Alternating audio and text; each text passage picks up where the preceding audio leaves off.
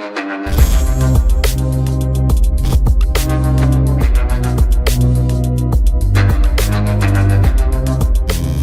वालेकुम गाइस, कैसे हैं आप? उम्मीद करता हूं कि आप सब खैरियत से होंगे, खुश होंगे और हमारी दुआ है कि आप हमेशा खुश रहें, हंसते और मुस्कुराते रहें। मेरा नाम है रहमान अनवर और मैं हूं मोहम्मद और मैं हूं जफर इकबाल। और आज हम जिस वीडियो पर करने जा रहे हैं, इस वीडियो का टाइटल है SSLV रॉकेट फेलियर आज़ादी SAT इसरो EC2। भाई काफ़ी इसमें आ जाते हैं, तो देखते हैं भाई सबसे पहले वीडियो और बाद में देते रिव्यू। अगर वीडियो पसंद आए तो लाइक सब्सक्राइब जरूर कीजिएगा और कमेंट में अपनी राय का इज़हार जरूर कीजिएगा। चलो वीडियो करते हैं शुरू। जय हिंद। भारत ने अपना नया एकदम रॉकेट जिसका नाम था small satellite launch vehicle SSLV का जो प्रक्षेपण किया था वो बिल्कुल सही था, लेकिन लास्ट स्टेज में सैटेलाइट को एंगल थोड़ा चेंज हो गया, जिस वजह से वो सैटेलाइट का डाटा लॉस हो गया। अब हम समझते हैं ये कार्बन लाइन क्या है, डाटा लॉस क्या है, SSLV GSLV के बारे में। देखिए, हमारी जो आज़ादी हुई थी आज से लगभग 75 साल पहले 1947 में हुई थे, तो हम लोग के यहाँ जब भी कोई बड़ी घटना होती है तो उसे अलग अलग महोत्सव या नाम देते हैं। जैसे 10 साल को हम लोग डिकेड कहते हैं, 25 साल को सिल्वर जुबली बोलते हैं, जुबली मतलब महोत्सव, तो सिल्वर जुबली बोलते हैं। 50 साल को हम गोल्डन जुबली बोलते हैं। 60 साल को डायमंड जुबली बोलते हैं। तो डायमंड जुबली जो होता है ना 60 साल का होता है, लेकिन हम लोग डायमंड जुबली को तो पार कर चुके हैं। हम लोग की इस बार आजादी का 75वां साल है, तो 75वां साल यानी हम लोग अंग्रेजी में बोले तो प्लेटिनम जुबली मना रहे हैं। लेकिन प्रधानमंत्री ने चूंकि इसके लिए अलग शब्द का प्रयोग किया, अमृत महोत्सव, तो अमृत महोत्सव, घर घर झंडा, ये काफी अच्छा है। देश को अपना सेलिब्रेट इसी अंदाज से करना चाहिए। और क्यों ना 75वां सालगिरह बहुत बेहतरीन होता है। 75 100 साल हो जाएगा तो सेंचुरी बोलते हैं, तो ये कोड होता है। तो हम लोग की आजादी मिली थी, इस आजादी के उपलक्ष्य में हम लोग का जो 75 साल हुआ, तो हर चीज को हम लोग 75 कर रहे थे। तो पूरे भारत से लगभग 75 स्कूलों से गर्ल्स स्टूडेंट को लिया गया जो साइंटिस्ट की कैटेगरी में जाते हैं, जूनियर साइंटिस्ट कहिए, और ऐसे 750 गर्ल्स को सेलेक्ट किया गया जो कि इसरो से जुड़ी थी, और वो उन लोगों ने अपना एक सैटेलाइट बताया आजादी के 75वें वर्षगांठ पर, इसलिए इसका नाम रखा गया आजादी सैटेलाइट, शॉर्टकट में आजादी सेट। तो आजादी सेट बनाया इन लड़कियों ने बनाया था। बहुत नैनो सैटेलाइट था, छोटा सा, बट उसके अंदर सेंसर थे। अब जितने सैटेलाइट बनेंगे सब छोटे बनेंगे, पहले बड़े बड़े बनते थे, अब सब छोटे। पहले टेलीफोन इतना बड़ा होता था, अब तो मोबाइल छोटा सा आ गया है। तो जैसे जैसे टेक्नोलॉजी बढ़ेगी हर चीज स्मार्ट होते जाएगा और छोटा होते जाएगा। जबकि इसी रॉकेट के द्वारा अर्थ ऑब्जर्वेटरी सैटेलाइट इसरो को लॉन्च करना था, सब कुछ तय समय से था, लॉन्चिंग भी बढ़िया से सब कुछ था। तो जो सैटेलाइट बनाया गया था, तो सैटेलाइट बनाना में ज्यादा टेक्नोलॉजी लगती है, लेकिन उससे भी ज्यादा टेक्नोलॉजी लगती है रॉकेट बनाने में, क्योंकि सैटेलाइट भारत ने 1975 में ही आर्यभट्ट बना लिया था, लेकिन खुद छोड़ नहीं पाए थे, तो रूस को कहते तो उसने अपने रॉकेट से छोड़ा था। तो हमारे पास PSLV बहुत भरोसेमंद सैटेलाइट है। यह रॉकेट है, यह अब तक 50 सफल अभियानों को कर चुका है, बहुत बेहतरीन है। मंगलयान से लेके ये सब ने बहुत बड़े बड़े सफल कारनामे किए। लेकिन इसके जगह पे कॉस्ट बचाने के लिए इसमें स्मॉल सैटेलाइट लॉन्च व्हीकल हम लोगों ने नया बनाया था, और ये बहुत बेहतरीन था, इसने काम भी बहुत अच्छा किया। इसके देखेंगे तो इसके 4 स्टेजेस हैं, मेनली 3 स्टेज है। सबसे बड़ा स्टेज जो है पहला स्टेज है, इसके बारे में पहले समझते हैं। इसकी लंबाई 34 मीटर है, व्यास जो इसकी मोटाई है वो 2 मीटर है, 120 टन खुद इसका भार है। तो अपना भार है, लेके कितना जाएगा, तो 500 केजी के सैटेलाइट को लेके चला जाएगा। आजकल 500 केजी में बहुत बेहतरीन सैटेलाइट बन जाएंगे। 500 केजी के सैटेलाइट को 500 किलोमीटर की ऊंचाई तक ये इजीली लेके जा सकता है। सबसे बड़ी विशेषता इसकी 30 करोड़ रुपए है, महज 30 करोड़। जबकि भारत अपना सैटेलाइट जब यूरोप वालों को देता है ना, तो यूरोप वाले उस सैटेलाइट को छोड़ने का 500 करोड़ रुपया फीस लेते हैं। सोच रहा तुम्हें 500 करोड़ रुपया तुम फीस ले रहा है, हम लोग का 30 करोड़ का रॉकेट वे आ गया यहाँ पर। और ये महज 3 स्टेज का है, और एक वेलोसिटी टर्मिनल मॉड्यूल है, यानी टोटल 4 स्टेज का है। सबसे बड़ा स्टेज जो है पहला स्टेज है, पहला स्टेज है सबसे बड़ा। तो ध्यान से समझते हैं इसके बारे में और डिटेल से।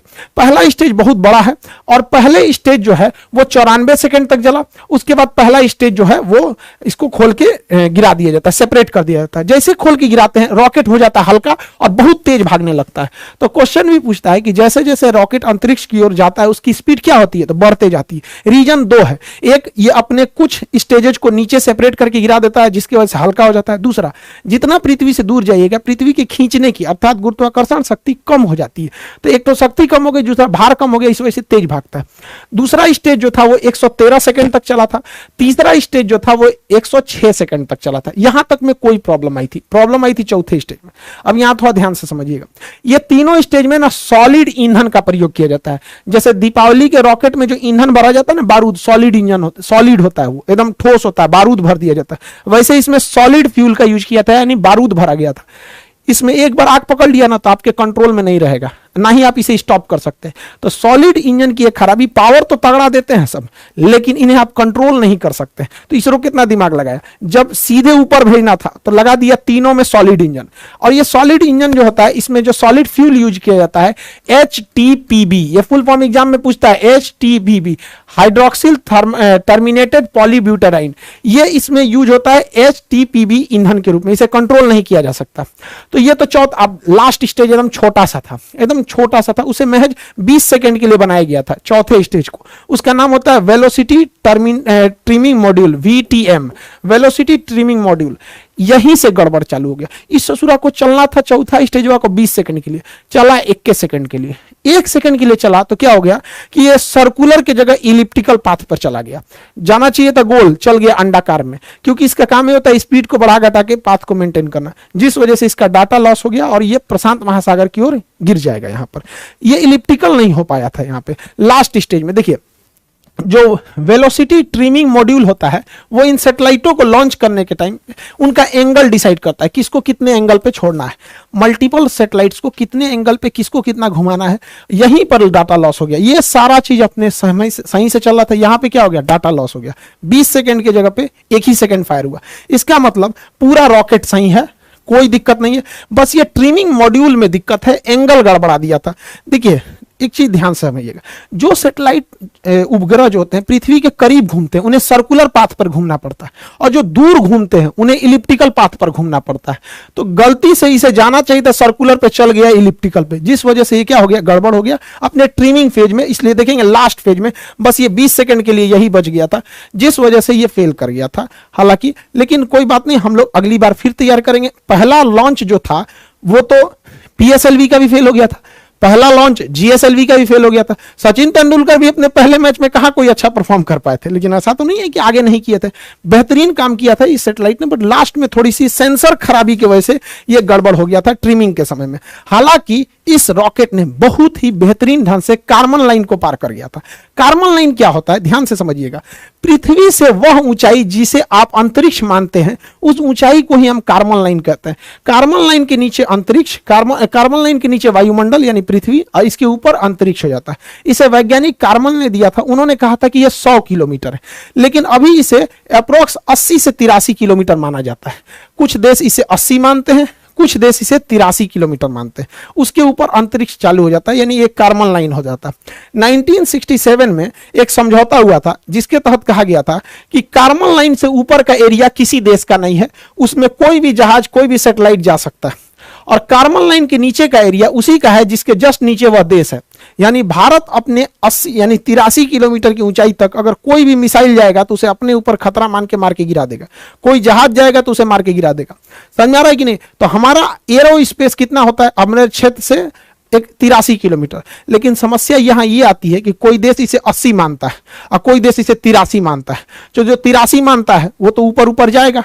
अब जैसे मान के चले भारत कहेगा कि हम 80 मानते हैं, अमेरिका कहेगा 83 मानते हो, तो जाएगा। अब भारत चल जाएगा किसी क्षेत्र में 80 में, कहेगा हम तो कार्बन लाइन के ऊपर हैं, तू कहेगा मार के गिरा देंगे, कहेगा एयरक्राफ्ट है ये। तो इसमें काफी असमंजस है। हालांकि इतनी ऊंचाई पे कोई जहाज जाते नहीं है सब यहाँ पे। तो कार्बन लाइन हमेशा याद रखिएगा, इस एग्जाम के पॉइंट ऑफ व्यू से इंपॉर्टेंट है। यह अंतरिक्ष वगैरह में जितने सैटेलाइट वगैरह रहते हैं कार्बन लाइन के ऊपर ही डाल दिए जाते हैं। इस तरह से जो सैटेलाइट घूमता है इसे कहते हैं पोलर सैटेलाइट। ऊपर नीचे जो घूमता है ये पोलर सैटेलाइट। ये पोलर इसलिए कहते हैं कि ध्रुवीय सैटेलाइट, क्योंकि पृथ्वी के ऊपर और नीचे 2 पोल है, north pole and south pole. तो पोल का चक्कर लगाने वाले सैटेलाइट को हम पोलर सैटेलाइट कहते हैं, हिंदी में कहते हैं ध्रुवीय सैटेलाइट। इसमें खर्चा कम आता है, ये सर्कुलर पाथ पे घूमते हैं और पूरी पृथ्वी का चक्कर लगा लेते हैं, निगरानी कर लेते हैं। कैसे? ये तो ससुरा सैटेलाइट वो ऊपर नीचे घूम रहा है, ठीक है, लेकिन पृथ्वी तो ऐसे ऐसे घूम रही है। पृथ्वी कैसे घूम रही है? इस तरह से। तो पृथ्वी जब ऐसे घूमेगी तो अलग अलग जगह का फोटो ले लेगा। जैसे अभी ये यहाँ का फोटो ले रहा है, पृथ्वी थोड़ा सा घूमेगी तो फिर थोड़ा और आगे का ले लेगा, पृथ्वी और घूमेगी तो थोड़ा और आगे का ले लेगा। इस तरह से आगे लेते लेते पृथ्वी के ये घूमने का डायरेक्शन, अभी इस सैटेलाइट का फोकस यहाँ पर है, अब इसे पृथ्वी घूमेगी तो थोड़ा और इधर होगा, ऐसे होगा। तो पोलर सैटेलाइट काफी सस्ते आते हैं और छोटे होते हैं, जबकि जियो सिंक्रोनस सैटेलाइट होते हैं उस ससुरे इलिप्टिकल पाथ पे घूमते हैं और ये 36,000 किलोमीटर की ऊंचाई पर होते हैं। इनको छोड़ना बड़ा कठिन काम होता है। हम लोग इसको छोड़ने के लिए GSLV रॉकेट रखे हैं। तो हमारे पास हर तरह के रॉकेट है, ऐसा कोई बात नहीं है। देखिए हम लोग अभी जो बनाए हैं SSLV, small satellite launch vehicle, ये सस्ते रॉकेटों को छोड़ देगा। PSLV थोड़ा और तगड़ा भेजेगा। GSLV बाप है ससुरा सैटेलाइट सबका, उठा लेता है 2,000 किलो का सैटेलाइट उठा लेता है, 3,000 किलो का सैटेलाइट उठा लेता है। और GSLV Mark 3 दादा है ससुराई, 5,000 किलोग्राम का सैटेलाइट लेके अंतरिक्ष में उड़ जाता है। तो ये बहुत खतरनाक है। तो हमारे पास हर तरह के सैटेलाइट हैं, हर तरह के जरूरत के हिसाब से हम लोगों ने इसे बना के रखा है। लेकिन सबसे ज्यादा अगर कोई काम आने वाला है तो SSLV का काम आने वाला है, जो अभी हल्का सा फेल हुआ है, मतलब वो 98% सफल है। उसका एक सेंसर गड़बड़ हो गया था। SSLV की हम इतनी चर्चा क्यों कर रहे हैं, समझिए ध्यान से। एक ससुरा ये 72 घंटा में रेडी हो जाता है, मतलब ये पार्ट बाय पार्ट बन के बना रहा था। इसे कसने के लिए केवल 72 घंटा चाहिए, 3 दिन में ये रेडी हो जाता है। और इसे केवल 6 आदमी मिलकर रेडी कर सकते हैं, और हर हफ्ते इसे लॉन्च किया जा सकता है। हर हफ्ते फटाफट 3 दिन में लॉन्च होगा, और समय देख के मौसम ठीक है कि नहीं, सब कुछ ठीक है, लॉन्च कर देंगे। फिर हर हफ्ते इसे लॉन्च किया जा सकता है। महज 30 करोड़ में आता है, 30 करोड़ में। जबकि अगर आप स्पेस एक्स से सैटेलाइट छोड़वाते हैं तो 100 करोड़ तो खुदे ले लेता है। यहां तो 30 करोड़ का पूरा रॉकेटवे है, और खाली छोड़ने का 100 करोड़ ले लेता है। अब कोई देश वेट नहीं करेगा, क्योंकि हर हफ्ते ये भेज सकता है। जबकि हमारे पास जो PSLV और GSLV है, इनकी खराबी समझिए। एक तो सबसे इनको रेडी करने में 3 महीना लग जाता है, और दूसरा ये सस्ते 30 करोड़ के नहीं, 200 करोड़ के। और GSLV को तो रेडी करने में 4 महीना लग जाता है। यानी अगर किसी को सैटेलाइट से लॉन्च कराना हमारे GSLV से, तो 4 महीने की वेटिंग लिस्ट है। आपको किसी ट्रेन में 4 महीने का वेटिंग मिलेगा तब ट्रेनें छोड़ देंगे उसको। तो इसमें 3 महीना, इसमें 4 महीना। इसे सुरा इसका खुद का खर्चा 400 करोड़ है, तो ये तो पैसा भी लेता है ज्यादा। इसी वजह से आज के समय मॉडर्न टेक्नोलॉजी है। मॉडर्न टेक्नोलॉजी में हर चीज छोटा होते जा रहा है। पहले शादी ब्याह में कैमरा करने वाला इतना बड़का कैमरा लेके आता था, अभी नॉर्मल कैमरा आ गया है। तो हर चीज अब छोटी होती जा रही है, हल्की होती जा रही है, और काम पहले से 5 गुना कर रही है। इसलिए अब भारी भरकम रॉकेट की जरूरत नहीं है। अब हम लोग छोटे रॉकेट से भी काम चला लेंगे। अब इतना भारी भरकम रॉकेट की जरूरत नहीं है। तो हम लोगों का मेन फोकस है SSLV पे, और ये पूरी दुनिया में राज करेगा। और इससे ज्यादा, सबसे ज्यादा दिक्कत होगा किसको, तो SpaceX को। बहुत ज्यादा उसको सैटेलाइट छोड़ने की जरूरत है। तो हमारे यहाँ विदेशी ग्राहक बहुत आते हैं कि हमारा सैटेलाइट छोड़ दो, क्योंकि आपका रॉकेट बहुत सस्ता है, हमें सस्ता पड़ता है। तो हम लोग के पास एक पहला लॉन्च पैड था केरल के थुम्बा में, उसका नाम था विक्रम साराभाई प्रक्षेपण केंद्र। तो ये विक्रम साराभाई था। हालांकि हम सबसे ज्यादा यूज करते थे आंध्र प्रदेश में सतीश धवन प्रक्षेपण केंद्र। तो सतीश धवन प्रक्षेपण केंद्र में हम लोगों ने 2 लॉन्च पैड बना रखे थे, 2 लॉन्च पैड बना थे। इसी से GSLV को भी लाते थे। देखिए, ब्लैक कलर का जो होता है वो GSLV होता है, रेड कलर का जो होता है वो PSLV होता है। तो इसी में एक में GSLV बना दिए, एक में PSLV। तो हमारे पास सतीश धवन प्रक्षेपण केंद्र में एक और था। अभी हम लोग एक चेन्नई में और बना रहे हैं। चेन्नई में अभी इस पे प्लान चल रही है, जैसे हो जाएगा हम आपको बताएंगे। नीचे बनाया जा रहा है। तो हमारे पास टोटल अब 3 लॉन्च पैड होने वाले हैं, 2 तो पहले से थे। अब ये नीचे वाले की जरूरत क्यों पड़ी, इसको हम लोग अभी समझेंगे। लोग ध्यान से समझिए। पोलर सैटेलाइट जो होते हैं वो ऊपर से नीचे चक्कर लगाते हैं पोल पे, तो इन्हें छोड़ा भी जाता है उसी डायरेक्शन में। हम लोग के लिए समस्या समझिए, हम लोग आंध्र प्रदेश के श्रीहरिकोटा से जब छोड़ते हैं तो बीच में श्रीलंका चलाता है। तो बीच में श्रीलंका आ जाता है, इसलिए हमें पहले रॉकेट को ऐसे मनूवर करा के घुमाना पड़ता है, और तब जाके इसको छोड़ते हैं हम लोग ऐसे। नहीं तो श्रीलंका के ऊपर गिर जाएगा, दिक्कत हो जाएगा। तो जब आप किसी से मनूवर कराइएगा, उसको थोड़ा घुमाइएगा, तो ज्यादा ईंधन खाएगा, ज्यादा खतरा बना रहेगा घूमने के दौरान, ठीक से घुमा कि नहीं घुमा। इसलिए भारत ने सोचा कि इसका झमेले खत्म कर देते हैं। जो हमें जियो स्टेशनरी सैटेलाइट छोड़ना है, जो पृथ्वी का ऐसे चक्कर लगाते हैं 36,000, उसको तो यहीं से छोड़ेंगे, सतीश धवन प्रक्षेपण केंद्र यानी श्रीहरिकोटा से छोड़ेंगे। और जो पोलर छोड़ना है वो कहां से छोड़ देगा, नीचे से। क्योंकि जब नीचे यहां से छोड़िएगा तो श्रीलंका को इसे क्रॉस करा के फिर जाना पड़ता है, और यहां से छोड़ेगा कोई नहीं है नीचे में कोई नहीं है। देखिए ध्यान से, नीचे से छोड़ेगा तो समुद्र में कोई नहीं है। इस वजह से हम लोग तमिलनाडु में एक तीसरा प्रक्षेपण केंद्र भी हम लोग स्थापित करने जा रहे हैं। हम लोग के इसरो का इतिहास बहुत मतलब दुखदाई रहा है। हम लोग के पास इतने कम पैसे थे जब इसरो की स्थापना हुई थी कि साइकिल से हम लोग लेके जाते थे लोग रॉकेट को। यहाँ पे साइकिल से, देखिए पार्ट बाई पार्ट करके, यहाँ पे बैलगाड़ी से हम लोग ये सैटेलाइट को लेके आए थे लोग, और नारियल के पेड़ से बांध के साउंडिंग रॉकेट को छोड़ा गया था। लेकिन ऐसा नहीं है, हम लोगों ने बहुत बहुत चीजों को देखा है। और ये जो लड़कियों ने जिस सैटेलाइट को बनाया, उन बच्चियों से कहते हैं कि आप अपना कभी भी मनोबल छोटा मत कीजिएगा। हमारा उस सैटेलाइट से संपर्क टूटा है, कसम से कहते हैं, हमारा संकल्प नहीं टूटा है, हमारा संकल्प आज भी जिंदा है। हम यहां से उठ के खड़े हुए हैं। इसरो जो आज इतने बड़े बड़े जो सैटेलाइट देख रहे हैं ना, यहाँ पे ये हम लोग वही हैं जो साइकिल पे लेके घूमे थे। तो हमारा संपर्क टूट जाने से विरोधी हमारे पे हंसे नहीं, हम दृढ़ संकल्पित हैं लोग यहाँ पे। और भारत माँ की वो बेटियां एक दिन दिखाएंगी जब अंतरिक्ष में राज होगा वहां पर, ये सैटेलाइट यहाँ पे। और दुश्मनों को सरदर्द के लिए जो लोग अभी पीएसएलवी से एसएसएलवी से डर रहे थे ना, सुनिए ध्यान से, जीएसएलवी तो बहुत पावरफुल है, ये है पीएसएलवी दुनिया का सबसे भरोसेमंद है, अभी एसएसएलवी सही हो ही गया, अभी एनएसएलवी भी बन रहा है, नैनो सैटेलाइट लॉन्च व्हीकल, यानी 1 किलो के सैटेलाइट को भी छोड़ देगा। Nano satellite launch vehicle 5 crore में, 5 करोड़ में। और इसकी सबसे ज्यादा जरूरत होती है टेस्ला को, स्पेसएक्स को, क्योंकि स्पेसएक्स अपना एक स्टारलिंक प्रोग्राम बना रहा है। इसको अंतरिक्ष में बहुत सारे हजारों सैटेलाइट इसको छोड़ना है अंतरिक्ष में, और नैनो सैटेलाइट इन्हें छोड़ने में लगभग 100 करोड़ का खर्चा आता है एक नैनो सैटेलाइट में। हम लोग का सैटेलाइट हुए 5 करोड़ में, 2 को छोड़ देंगे एक के बार में, होलसेल में काम हो जाएगा। तो हम लोग अभी एक और बना रहे हैं एनएसएलवी, नैनो सैटेलाइट लॉन्च व्हीकल। इन्हीं सबको मद्देनजर रखते हुए भारत जो है अपने 3 लॉन्च पैड बना रहा है, ताकि उसे 3 लॉन्च पैड की जरूरत भी है। तो हम लोग इस चीज को समझे यहाँ पर, ये बहुत भारी भरकम है। एक चीज और गौर किए होंगे, जब सैटेलाइट छोड़ते हैं तो इसमें से ये कुछ कुछ टुकड़े गिरते हैं। एक्चुअली ये टुकड़े नहीं होते हैं, इन्हें इंसुलेटर कहा जाता है, इंसुलेटर पैड। जब सैटेलाइट खड़ा रहता है ना, तो इसके अंदर जो लिक्विड भरा रहता है ईंधन, वो बहुत ठंडे टेम्परेचर पर रखना चाहिए। तो धूप लगेगा, एक दिन पहले ही टांग के रख देता है तो ठंडा, इसका सारी गर्मी निकल जाएगी, ठंडाहट खत्म हो जाएगी। इसलिए इसके बाहर में इंसुलेटर का पैड चिपका देता है, जहां जहां लिक्विड इंजन होता है वहां वहां इंसुलेटर का पैड लगा देता है। और जब ये सैटेलाइट ऊपर उठती है तो घर्षण से यही बाहर गिरने लगता है। आई होप आप पीएसएलवी, जीएसएलवी, एसएसएलवी, एनएसएलवी समझे होंगे, और आप उम्मीद करते हैं कि इसरो और आगे बढ़ेगा और पूरे देश का नाम गर्व से ऊपर करेगा यहाँ पे। आई होप आप इसे समझे होंगे। मिलेंगे नेक्स्ट क्लास में। जय हिंद। वीडियो देख रहे थे तो वीडियो भी काफ़ी अच्छी है और इन्फॉर्मेटिव है, लेकिन यह है कि भाई फेलियर और फेल होकर ही बंदा एक दिन आगे आता है। जो फेल नहीं होता तो वो आगे इतनी परफॉर्मेंस नहीं दे पाता। सबसे पहले भाई फेल होना ज़रूरी है। जो फेल होते हैं वो देख लें, आज उनकी भाई मिसालें पड़ी हैं कि वो फलां पौंद ऐसे था और अब वो कहाँ पहुँच गया। लेकिन ये है कि जब ये फेल हुआ है, उनको गलती का एहसास हुआ है, नेक्स्ट दफ़ा वो भाई और इसको मजबूत करके भेजेंगे कि अगर फिर भी फेल होता है उसमें भी भाई कोई बुरी बात नहीं, लेकिन हो नहीं। हम यही चाहते हैं कि भाई पास रहे और उनको और उसका एहसास हो और गलतियां दूर हो, और जब वो लास्ट पे जाए तो उसका तो भाई उनको पता होना कि भाई अब ये फेल नहीं हुआ तो उसमें काफ़ी मेहनत भी है, और हर एक जो गलती है वो उसको भाई सुधार सकेंगे, कल को कोई ऐसी गलती नहीं होगी। और आज़ादी और भाई मिसाइल भी उन्होंने काफ़ी अच्छा नाम दिया हुआ था, तो लड़कियों ने भी तैयार किया था जब। हाँ, असल में इसमें 75 स्कूल की लड़कियां थी और टोटल 75 स्कूल इसमें इन्वॉल्व थे, और टोटल 750 जो है ना वो लड़कियां इसमें शामिल थी। 75 स्कूल से उन्होंने 750 लड़कियां जो है ना वो निकाली हुई थी, 10-10 करके जो है ना। अच्छा, उसमें सबसे जो यहाँ पे तवज्जो करने वाली चीज़ यही है कि आप ये अंदाज़ा लगा लें कि आपको वो स्कूलों के हद तक जो ना वो अब स्कूल्स की यहाँ पे बात हो रही है, कॉलेज यूनिवर्सिटी की बात नहीं हो रही, सिर्फ स्कूल की बात कर रही है, जहाँ पे एक अर्ली स्टेज होती है स्टडी की।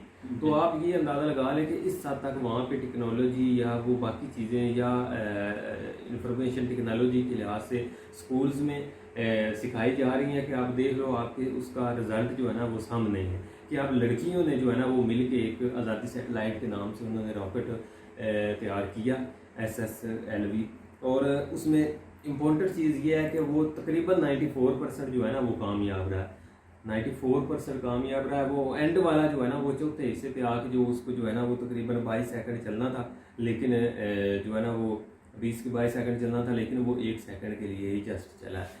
लेकिन वो छोटी सी गलती थी। हाँ, लेकिन उसमें ये नहीं कि जो है ना वो एक नाउमीदी अब शुरू होगी, लेकिन नहीं, आप अगर ट्राई करते रहेंगे तो इसमें बिल्कुल जो है ना वो इम्पोर्टेंट चीज़ ये है कि वो 72 घंटों में तैयार हो जाता है। बाकी जो है ना वो जो बड़े हैं GSLV और PSLV जो है ना उनके ऊपर 3 मंथ 4 मंथ जो है ना वो लगते हैं। तो इसमें उन्होंने एक तो ठीक है ये हो गया, फेल हो गया, इसके ऊपर जो है ना उनको हौसला देना चाहिए, हौसला देना बनता भी है। मे बी गवर्नमेंट का शुक्रिया अदा करना चाहिए कि उन्होंने कम से कम चलो 30 करोड़ उसके ऊपर लगाया, बाकियों के ऊपर 400 करोड़ जो है ना वो ज़्यादा लगते हैं।